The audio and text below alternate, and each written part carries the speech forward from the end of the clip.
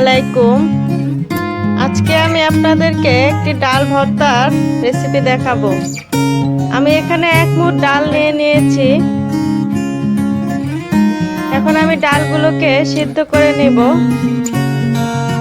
হালকা বলক চলে আসলে আমি সামান্য পরিমাণ হলুদ গুঁড়ো দিয়ে দিব এবং সামান্য পরিমাণ লবণ দিয়ে দিব। এতে করে ডালটার কালার ভালো আসবে।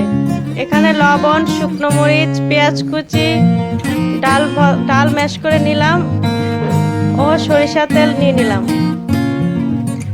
প্রথমে আমি মরিচগুলোকে ভালোভাবে কচলে নিব পেঁয়াজের সাথে।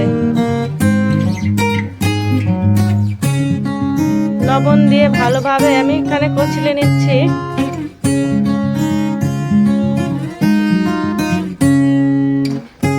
পেঁয়াজটা একটু নরম হয়ে আসলে আমি এখানে ডালের সাথে ভালোভাবে মেখে নিব।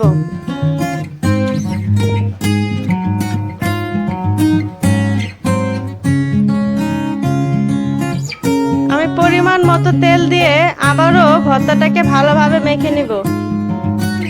এখানে সবকিছু আপনি আপনার টেস্ট অনুযায়ী কম বেশি করে নিতে পারবেন।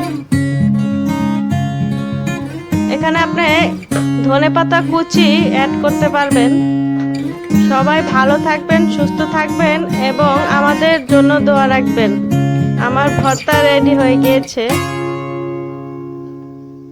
আল্লাহ হাফেজ।